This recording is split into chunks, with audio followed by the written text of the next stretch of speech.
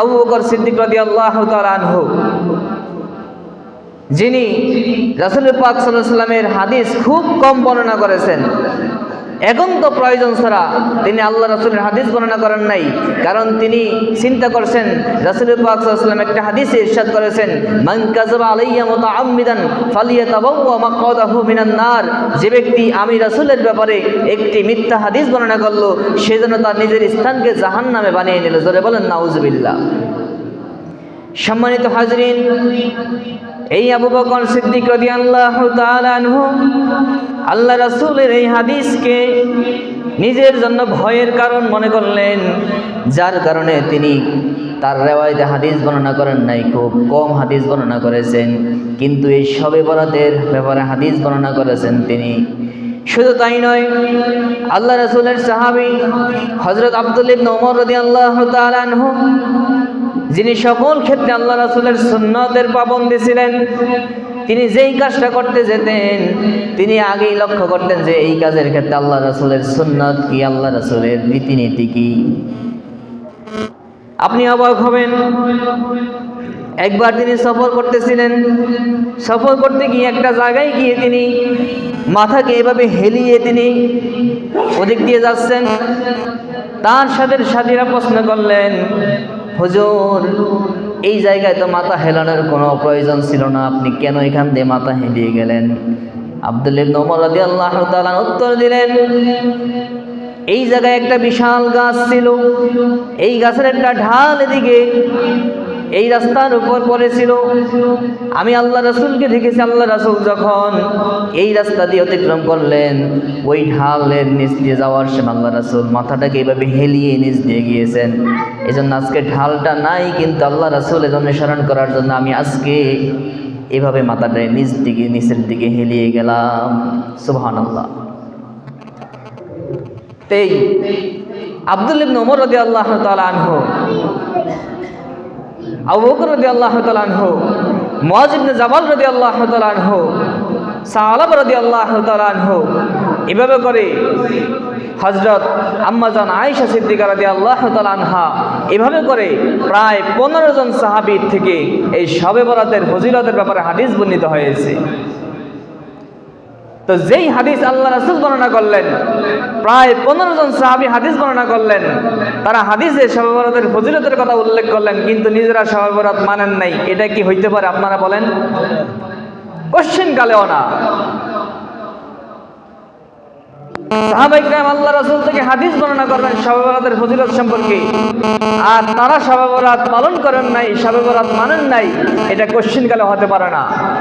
সম্মানিত হাজরিন, আমি আপনাদের সম্মুখে কয়েকটা হাদিস উল্লেখ করি, তাহলে আপনারা বুঝতে পারবেন যে এই শবে বরাতের হাদিসগুলো কত গুরুত্বপূর্ণ এবং বিশুদ্ধ সনদে বর্ণিত হয়েছে। আপনি অবাক হবেন, তিরমিজি শরীফ সিয়াসিত্তা, আমরা সবাই নাম শুনছি সিয়াসিত্তা, ছয়খানা সহিহ কিতাব, বুখারী, মুসলিম, তিরমিজি, আবু দাউদ, নাসাই, ইবনে মাজাহ, এই ছয়খানা হাদিসের কিতাবকে পৃথিবীর সকল উলামায়ে কিরাম এগুলোকে সহিহ বলে স্বীকৃতি দিয়েছেন। এগুলোকে বলা হয় সিহায়ে সিত্তা, মানে ছয়খানা সহিহ হাদিসের কিতাব। এই ছয়খানা সহিহ হাদিসের কিতাবের মধ্যে একটা অন্যতম কিতাবের নাম হলো জামে আত-তিরমিজি। এই তিরমিজি শরীফের মধ্যে ইমাম আবু ঈসা তিরমিজি রাহমাতুল্লাহি আলাইহি, তিনি তিরমিজি শরীফ লিখেছেন। বিশ্বের উলামায়ে কিরাম তারা মন্তব্য করেছেন, যেই ঘরে তিরমিজি শরীফ আছে ওই ঘরে কেমন যেন আমার রাসূল জিন্দা অবস্থায় ওই ঘরে আছে। জোরে বলুন সুবহানাল্লাহ। আল্লাহ রাসূলের জীবনের প্রত্যেকটা আমলকে তিনি তার কিতাবে স্থান দিয়েছেন, প্রত্যেকটা আমলকে তিনি হাদিস হিসাবে উল্লেখ করেছেন। ইমাম আবু ঈসা তিরমিজি রাহমাতুল্লাহি আলাইহি, তিনি তার কিতাবে একটা বাব কায়েম করেছেন, অধ্যায় কায়েম করেছেন। অধ্যায়ের নাম দিয়েছেন কি? বাবু মা জাআ ফি লাইলাতিন নিসফি মিন শাবান।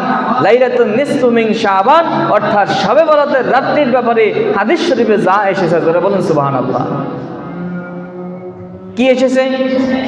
তিনি হাদিস বর্ণনা করেছেন, আন আয়েশা রাদিয়াল্লাহু তাআলা আনহা قالت فقدت رسول الله صلى الله عليه وسلم ذات ليلة আম্মাজান হযরত আয়েশা রাদিয়াল্লাহু তাআলা আনহা থেকে হাদিস বর্ণিত। আম্মাজান আয়েশা রাদিয়াল্লাহু তাআলা আনহা বলেন, ফাকাততু রাসূলুল্লাহি সাল্লাল্লাহু আলাইহি ওয়াসাল্লাম, আমি এক রাত্রিতে আল্লাহ রাসূলকে হারিয়ে ফেললাম। আল্লাহ রাসূল আমার পাশে শোয়া ছিলেন। হঠাৎ করে ঘুম ভেঙে গেল। ঘুম থেকে জেগে আল্লাহ রাসূলকে পাশে দেখতেছি না। ফাখরাজতু, আমি সাথে সাথে বের হয়ে গেলাম, আল্লাহ রাসূলকে খোঁজার জন্য বের হয়ে গেলাম। আল্লাহ রাসূল কোথায় গেলেন? নাকি কোনো দুর্বৃত্ত আল্লাহ রাসূলকে ধরে নিয়ে গেছে? কারণ রাসূলের তো শত্রুর অভাব ছিল না। আমি আল্লাহ রাসূলকে খুঁজতে বের হয়ে গেলাম। তিনি বলেন, ফাইজা হুয়া বিল বাকি রাফিউন রাসাহু ইলাস সামা। আমি খুঁজতে খুঁজতে গিয়ে দেখলাম রাসূল পাক সাল্লাল্লাহু আলাইহি সাল্লাম জান্নাতুল বাকিতে মাথা উপরের দিকে উঠে, হাত উপরে উঠে আল্লাহর কাছে দোয়া করতেছে। জোরে বলুন সুবহানাল্লাহ। রাসূলকে খুঁজতে খুঁজতে গিয়ে জান্নাতুল বাকিতে পেলাম। গভীর রজনী, আল্লাহ রাসূল জান্নাতুল বাকিতে গিয়ে হাত তুলে আসমানের দিকে মাথা তুলে দোয়া করতেছে। যখন আল্লাহ রাসূল আমাকে দেখলেন, ফাকাল আলী আকুমতে তাখাফিনা জানান্তা আকুমতে তাখাফিনা ইয়াহিফাল্লাহু ওয়া রাসূলুহু। ও আয়েশা, তুমি কি ভাবছো, তুমি কি ধারণা করছো যে আল্লাহ এবং আল্লাহ রাসূল তোমার উপর জুলুম করবে? আম্মা আয়েশা বললেন, না না ইয়া রাসূলুল্লাহ, না। কুলতু জানান্তু আন্নাকা আতাইতা বা'দা নিসাইকা। ইয়া রাসূলুল্লাহ, ইয়া হাবিবাল্লাহ, আমি এই কথা ধারণা করি নাই, মনে করি নাই। আমি ভাবছি আপনি আপনার অন্য কোন স্ত্রীর ঘরে গিয়েছেন। আল্লাহ রাসূল বললেন, ইন্নাল্লাহা আযজা ওয়া জাল্লা ইয়ানজিলু লাইলাতান নিসফি মিন শাবান ইলাস সামাঈদ দুনিয়া ফায়াগফিরু লি আকসারি মিন আদাদি শাহরি গনামিকাল। আল্লাহ রাসূল বললেন, আয়েশা, তুমি কি জানো আজকের রাতটা কোন রাত্রি? এই রাত্রিটা হলো লাইলাতুন নিসফি মিন শাবান। এটা হলো শাবান মাসের মধ্যে শাবানের রাত্রি। এটা হলো শবে বরাতের রাত্রি। এই রাত্রিটা এত ফজিলতপূর্ণ রাত্রি। তুমি আয়েশা শুনে রাখো, বনু কালব গোত্র আরব গোত্রের মধ্যে এমন একটা গোত্র যারা সবচেয়ে বেশি ছাগল চড়াইতো, ছাগল ছিল ওই গোত্রে বেশি। আল্লাহ রাসূল বলেন, আয়েশা শুনে রাখো, এই বনু কালব গোত্রের ছাগলের পশমের সংখ্যা যত লক্ষ লক্ষ কোটি কোটি ছাগলের পশম রয়েছে, এই রাত্রিটা এমন রাত্রি আমার আল্লাহ রাব্বুল আলামিন ওই বনু কালবের ছাগলের পশমের সংখ্যার চেয়েও বেশি মানুষকে এই রাত্রিতে ক্ষমা করে দেন। যেটা বলুন সুবহানাল্লাহ। এই জন্য আল্লাহ রাসূল এই রাত্রিতে তিনি আর তার ঘরে বসে থাকেন নাই, আল্লাহর কাছে দোয়ায় মগ্ন হয়ে গেছেন, আল্লাহর কাছে ক্ষমা প্রার্থনা করতে শুরু করেছেন। সম্মানিত হাজরিন, এটা তিরমিজি শরীফের হাদিস। এই হাদিসটি তিরমিজি শরীফের 739 নম্বর হাদিস। এটা ইবনে মাজাহ শরীফও আছে 1389 নম্বর হাদিস, দারকুতনিতে 89 নম্বর হাদিস এবং ইমাম বাইহাকী রাহমাতুল্লাহি আলাইহি শুআবুল ঈমানে 3826 নম্বর হাদিস, শরহুস সুন্নাতে 992 নম্বর হাদিস। যদি আপনাদের কারো দেখতে মনে হচ্ছে, আপনারা হাদিসের কিতাবগুলো সার্চ দিয়ে খুঁজে দেখে নেবেন। সম্মানিত হাজরিন, শুধুমাত্র তাই নয়, আপনি আরও অবাক হবেন। এই সিয়াসিতার আরেকটা কিতাবের নাম হলো সুনানে ইবনে মাজাহ। এই সুনান ইবনে মাজাহর 100 নম্বর পৃষ্ঠায় ইমাম ইবনে মাজাহ রাহমাতুল্লাহি আলাইহি তিনিও বাব কায়েম করেছেন ঠিক একই শিরোনামে, বাবু মা জাআ ফি লাইলাতিন নিসফি মিন শাবান। এই শাবান মাসের মধ্য রজনী শবে বরাতের রাতের ফজিলতের ক্ষেত্রে হাদিস শরীফে যা বর্ণিত হয়েছে, এই শিরোনামে তিনি হাদিস বর্ণনা করছেন। আপনি হাদিস শুনলে অবাক হবেন। হাদিস আসছে হযরত আবু মুসা আল-আশআরী রাদিয়াল্লাহু তাআলা আনহু থেকে, আল্লাহ রাসূলের প্রিয় সাহাবী, তিনি হাদিস বর্ণনা করেছেন। তিনি বলেন, ক্বালা রাসূলুল্লাহ সাল্লাল্লাহু আলাইহি ওয়াসাল্লাম, আল্লাহ রাসূল সাল্লাল্লাহু আলাইহি ওয়াসাল্লাম হাদিস বর্ণনা করেন, ইন্নাল্লাহা তাআলা লা ইয়াত্তালিউ ফি লাইলাতিন নিসফি মিন শাবান ফায়াগফিরু লিজামিই খালকিহি ইল্লা লিমুশরিকিন আও মুশাহিনিন। আল্লাহ রাসূল হাদিস বর্ণনা করেছেন সাহাবীদের কাছে, নিশ্চয় আল্লাহ রাব্বুল আলামিন যখন লাইলাতুন নিসফি মিন শাবান আসে, শবে বরাতের রাত্রি আসে, আল্লাহ রাব্বুল আলামিন এই পৃথিবীর দিকে তিনি রহম এবং দয়ার নজরে তাকান। অতঃপর এই পৃথিবীর মধ্যে দুই শ্রেণীর মানুষ ব্যতীত পৃথিবীর সকল মানুষকে ক্ষমা করে দেন। এই দুই শ্রেণীর মানুষ হলো, একজন হলো মুশরিক আর একজন হলো বিদ্বেষকারী। একমাত্র মুশরিক আর হিংসা বিদ্বেষকারী ব্যতীত এই রাত্রে আল্লাহ রাব্বুল আলামিন সকল মানুষকে ক্ষমা করে দেন। যারা বলেন সুবহানাল্লাহ। এজন্য সম্মানিত হাজরিন, আজকের রাত্রের ফজিলত, আজকের রাত্রের গুরুত্ব এটা আমাদেরকে বুঝতে হবে। আমরা শুধুমাত্র আজকের রাত্রিতে দাঁড়িয়ে দাঁড়িয়ে ইবাদত করব, মিলাদ কিয়াম করব, দোয়া করব তাই নয়, বরং এর পূর্বে আমাদেরকে আরো গুরুত্ব দিতে হবে যেন আমাদের মধ্যে শিরকি কোনো আকীদা না থাকে, আমাদের মধ্যে কোনো প্রকার হিংসা বিদ্বেষ না থাকে। যদি আমার কোনো ভাইয়ের প্রতি, আমার কোনো বন্ধুর প্রতি, আমার কোনো চাচা চাচা আত্মীয়ের প্রতি অথবা এলাকার পাড়া প্রতিবেশী কোনো মুসলমানের প্রতি যদি আমার হিংসা বিদ্বেষ থেকে থাকে, তাহলে আজকে রাত্রটা আসার পূর্বে আমাকে হিংসা বিদ্বেষ থেকে মুক্ত হতে হবে। কারণ আল্লাহ নবীজি বলছেন আল্লাহ দুই শ্রেণীর মানুষ, একজন মুশরিক আর একজন হিংসা বিদ্বেষকারী। এই দুই শ্রেণীর মানুষ তারা সব মানুষকে ক্ষমা করে দেন। তাহলে যদি ক্ষমা পেতে চাই তাহলে আগে আমাকে এই দুইটা থেকে মুক্ত হতে হবে। এক নাম্বার শিরক থেকে মুক্ত হতে হবে, দুই নাম্বার হিংসা বিদ্বেষ থেকে মুক্ত হতে হবে। আল্লাহ আমাদের সকলকে শিরক এবং হিংসা বিদ্বেষ থেকে মুক্ত থাকার তৌফিক দান করে, বলুন আমিন। সম্মানিত হাজরিন, এই ইবনে মাজাহ শরীফের মধ্যে একই অধ্যায়ের মধ্যে তিনি আরেকটা হাদিস আনছেন, যে হাদিসটা রওয়ায়াত করেছেন হযরত আলী ইবনে আবি তালিব রাদিয়াল্লাহু তাআলা আনহু, আল্লাহ রাসূলের আপন চাচাতো ভাই, আবার নিজের মেয়ের জামাই। আলী ইবনে আবি তালিব ইসলামের চতুর্থ খলিফা। তিনি হাদিস বর্ণনা করেছেন, তিনি বলেন ক্বালা রাসূলুল্লাহ সাল্লাল্লাহু আলাইহি ওয়াসাল্লাম, আল্লাহ রাসূল ইরশাদ করেন, ইজা কানাত লাইলাতুন নিসফু মিন শাবান সুমু লাইলাহা ওয়া কুমু লাইলাহা ওয়া সুমু নাহারাহা। আল্লাহ রাসূল বললেন, ও আমার সাহাবীরা, যখন তোমাদের কাছে লাইলাতুন নিসফু মিন শাবান আসবে, যখন তোমাদের কাছে শবে বরাতের রাত্র আসবে, তখন তোমরা ওই রাত্রিতে দাঁড়িয়ে দাঁড়িয়ে ইবাদত করো এবং দিনের বেলায় তোমরা রোজা রাখো। জোরে বলুন সুবহানাল্লাহ। আজকে রোজার কথা বললে আমাদেরকে একদল মানুষ বলতে চায় যে শবে বরাতে কোনো রোজা নাই। জোরে বলুন নাউজুবিল্লাহ। হাদিস স্পষ্ট আসছে, ইবনে মাজাহ শরীফের হাদিস। এই হাদিসটি মিশকাতুল মাসাবিতে রয়েছে, ইবনে মাজাহ শরীফের 1388 নম্বর হাদিস এবং মিশকাতুল মাসাবিতে 1308 নম্বর হাদিস। এই হাদিস স্পষ্ট আল্লাহ রাসূল বললেন, ইজা কানাত লাইলাতুন নিসফু মিন শাবান, যখন লাইলাতুন নিসফু মিন শাবান শবে বরাতের রাত্র আসবে, ফাকুমু লাইলাহা ওয়া সুমু নাহারাহা, তখন ওই রাত্রি বেলায় দাঁড়িয়ে দাঁড়িয়ে ইবাদত করো আর দিনের বেলায় রোজা রাখো। কিন্তু আমাদেরকে বুঝাইতেছে যে হাদিসটা দুর্বল হাদিস। আরে ভাই, হাদিস দুর্বল হলেও এটা দুর্বল হাদিস না, কিন্তু যদি দুর্বল হয়েও থাকে, আচ্ছা আমি আপনাদেরকে একটা কথা বলি। মনে করেন আপনার বাবা যখন যুবক ছিল তখন বাবার নাম কি ছিল? বাবা ছিল কিনা? তখন বাবাকে কি ডাকতেন? বাবা ডাকতেন না? যখন আপনার বাবা বৃদ্ধ হয়েছে, নিজে নিজে হাঁটাচলা করতে পারে না, আরেকজন ধরে ধরে হাঁটাচলা করাইতে হয়, দুর্বল হয়ে গেছে, এখন কি বাবারে খালু ডাকেন? কি ডাকেন?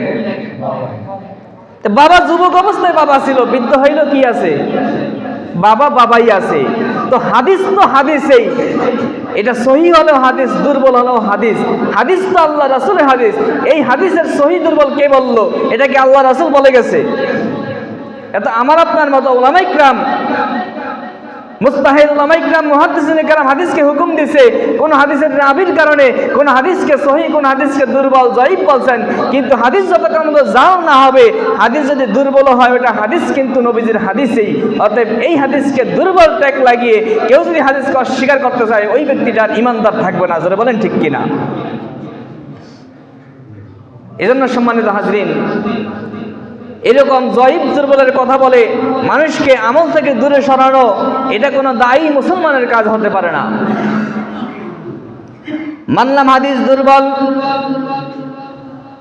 কিন্তু প্রায় 15 জন সাহাবী থেকে হাদিস বর্ণিত হয়েছে। এটা মুহাদ্দিসিনে কেরাম যেভাবে হাদিসকে সহিহ, দাঈফ এইরকম নাম দিয়েছেন, সনদকে এইভাবে ভাগ করেছেন, ঠিক সেই মুহাদ্দিসিনে কেরাম, সেই উলামায়ে কেরাম আবার তারাই সমাধান দিয়েছেন। যখন একটা দাঈফ হাদিস যখন অনেকগুলো একাধিক সনদে বর্ণিত হবে, তখন ওই দয়ীফ হাদিসটার দয়ীফ থাকে না, তখন এটা হাসান লি গায়রিহি হয়ে যায়, তখন এই হাদিসটাও সহিহ হাদিসের পর্যায়ে হয়ে যায়। এজন্য সম্মানিত হাজরিন, এই শবে বরাতের হাদিস এটা প্রায় 15 জন সাহাবী বর্ণনা করছে, বিশ্বের যুগ বিখ্যাত মুহাদ্দিসিনে কেরাম বর্ণনা করছে। অতএব এই হাদিসগুলো আর দুর্বল নাই, এই হাদিসগুলো শক্তিশালী হয়ে গিয়েছে, এগুলো আমলযোগ্য হয়ে গিয়েছে। আর দুর্বল হাদিস এটি ফজিলতের ক্ষেত্রে, আমলের ক্ষেত্রে গ্রহণযোগ্য। এবং শুধুমাত্র তাই নয়, এই শবে বরাতের রোজা এটা আজকে কত তারিখ? 14 তারিখ। আগামীকালকে কত তারিখ? 15 তারিখ। তো 15 তারিখ রোজা, এটা শবে বরাতের রোজা, কিন্তু এটা কিন্তু আইয়ামে বীজের একদিন, ঠিক কিনা বলেন? সহিহ হাদিস শরীফ আসছে, রাসূল পাক সাল্লাল্লাহু আলাইহি সাল্লাম প্রতি মাসে 3টা রোজা রাখতেন। আল্লাহ রাসূল প্রতি মাসে 3টা রোজা রাখতেন। এই 3টা রোজা নবীজি কখনো ভাঙতেন না। এই 3টা রোজা হলো আইয়ামে বীজের 3 দিন, 13, 14, 15। প্রতি মাসের 13 তারিখ, 14 তারিখ, 15 তারিখ, এই 3 দিন আল্লাহ রাসূল রোজা রাখতেন। তো যদি শবে বরাতের হাদিস দুর্বল হয়, কিন্তু এরপরও 15 তারিখ আইয়ামে বীজের 3 দিনের মধ্যে পড়ছে কিনা বলেন? আল্লাহ রাসূল প্রতি মাসে 3টা রোজা রাখতেন, 13, 14, 15। আমরা যদি 15 তারিখ রোজা রাখি, যদি শবে বরাতের হাদিস দুর্বল হয়, কিন্তু সহিহ হাদিস দ্বারা সাব্যস্ত আছে আল্লাহ রাসূল প্রতি মাসে 3টা রোজা রাখতেন। এই জন্য উলামায়ে কেরাম পূর্ব থেকে আমাদের বাংলাদেশের মুসলমানদের কাছে এই দাওয়াত পৌঁছে দিয়ে গেছে যে শবে বরাতের রোজা 3টা।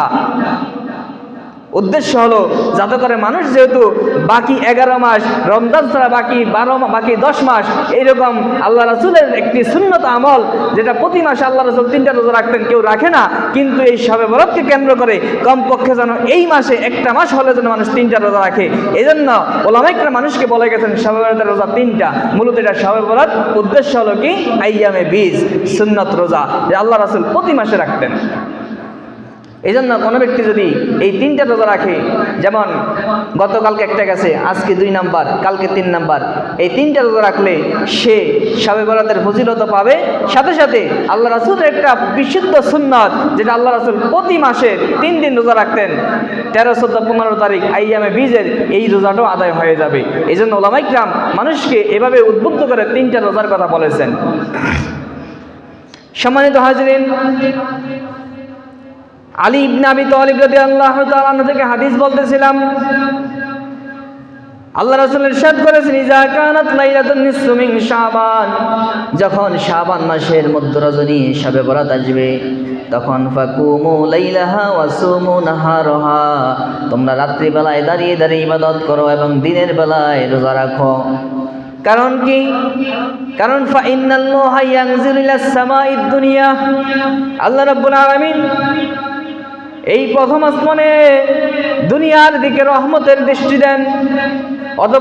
অতঃপর তিনি বলতে থাকেন, ফায়াকুলু, আল্লাহ রাব্বুল আলামিন মানুষদেরকে ডেকে ডেকে বলতে থাকেন, আলা মিন মুস্তাগফিরিন ফাগফিরাহু, ও দুনিয়াবাসী, আমার বান্দারা, তোমাদের মধ্যে কেউ কি ক্ষমা প্রার্থনাকারী আছো? আমি আল্লাহর কাছে ক্ষমা প্রার্থনা করে আমি আল্লাহ তোমাদেরকে ক্ষমা করে দিব।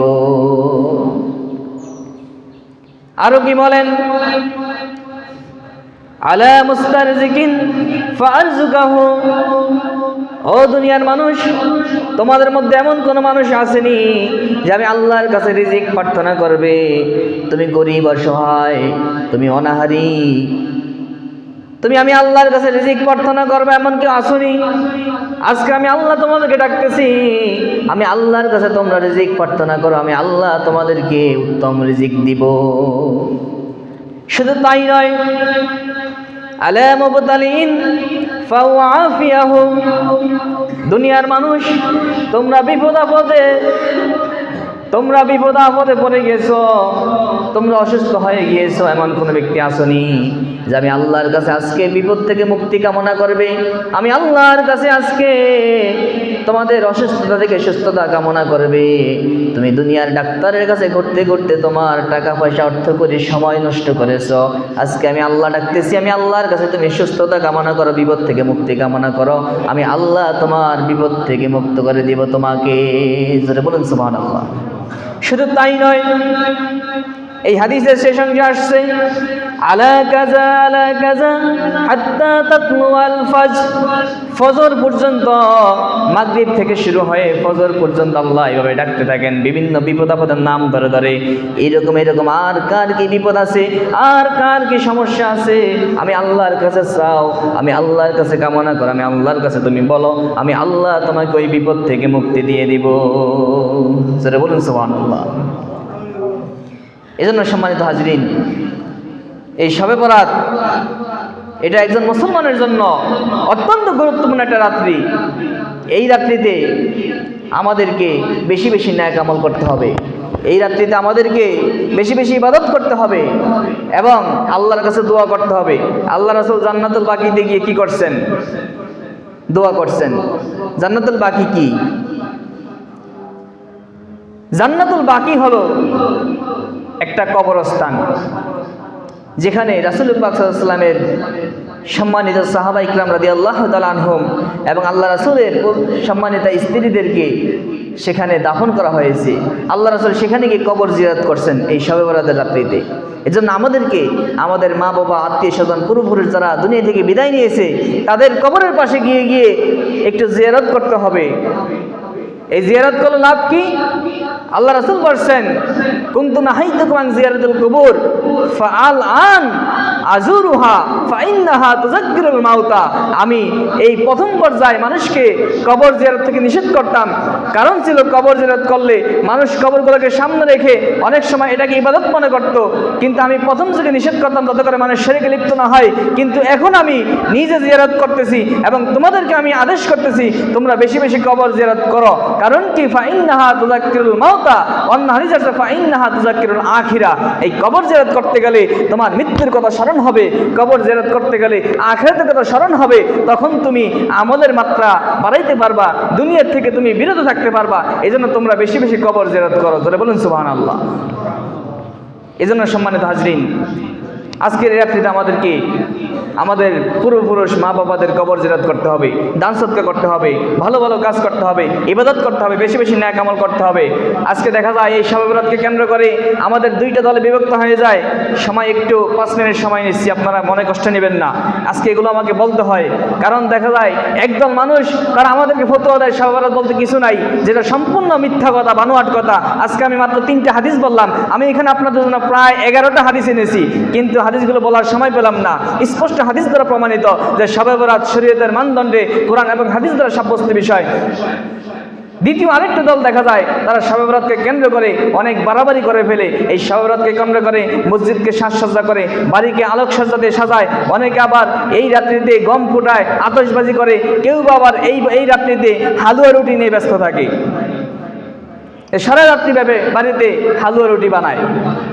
এজন্য সম্মানিত হাজরিন, এই সমস্ত কাজগুলোকে যদি কেউ ইবাদত মনে করে, এর মধ্যে অনেকগুলো কাজ একেবারে গর্হিত, যেগুলো নাজায়েজ, যেমন আতশবাজি করা, গান বাজনা করা, এগুলো সম্পূর্ণ নাজায়েজ, এগুলো করা যাবে না।